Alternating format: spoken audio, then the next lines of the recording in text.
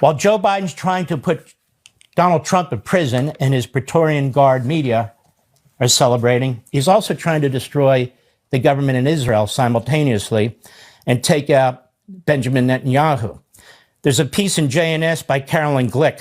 The war rages in the Gaza Strip, northern Israel, Lebanon, Eilat, and on the streets of Israel cities as Iran's Palestinian, Lebanese, Syrian, Iraqi, and Yemeni proxies maintain and escalate their operations against the Jewish state.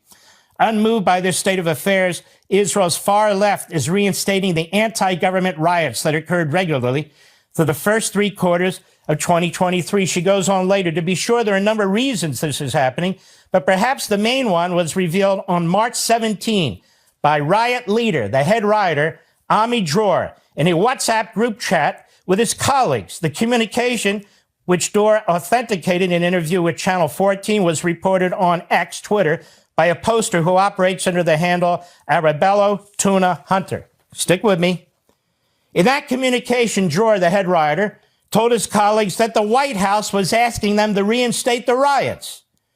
Based on what he referred to as a conversation with his contacts in the White House, Dror set out in granular detail the White House's 4-part plan to overthrow the Netanyahu government. The components involved actions on the ground in Gaza, the use of the UN Security Council, extortion of government ministers in the Netanyahu government, and mass protests. Dror called his report an important update from the American administration. He explained that his update followed an earlier text he sent on March 6 on the same topic. Quote, "The American plan as I published it on March 6 remains unchanged. The day after my publication, the Biden administration announced the establishment of an American port in Gaza that will seize from Israel the ability to rule the Strip. The port will be used initially to provide food, but the central purpose of the port is to rebuild Gaza. The purpose of the U.S. campaign for humanitarian aid, he explained, was twofold: undermining the control of the Israeli Defense Forces in Gaza and blackmailing government ministers." Well, Netanyahu's chief political rival is Gantz.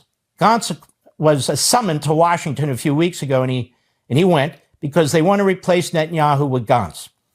So this guy, Dror, the head rioter, he said, Gantz wrote, was summoned to the United States for a reprimand. He was humiliated. The Americans said hair-raising things to him. At the start of the war, the Americans demanded that he join the government. He was their man, the man that would ensure that Netanyahu and Ben-Gvir didn't set the world on fire. He came in, he blocked the war in Lebanon, promised that he was going in for 6 weeks, and then he and the protest groups would take the government apart. After 6 weeks, he and Dory promised that by January 1, they would deliver the goods, and in practice, the final deadline the Americans gave him was Ramadan. In other words, overthrow Netanyahu by Ramadan. When he didn't deliver for the U.S., the administration understood that they can't trust Gantz. Maybe he'll be a comfortable prime minister in the future, but the Americans seized full control over management of the war against Netanyahu. And guess what? Gantz announced last week that in September he wants a new election or he's out of the government. And there's other articles on this in Breitbart by our friend Joel Pollack, what's taking place. So Joe Biden is trying to put Donald Trump in prison on multiple fronts so he can win the presidency without a real challenge. And simultaneously, he's trying to drive Netanyahu from office, and he is involved in promoting a civil war in the state of Israel.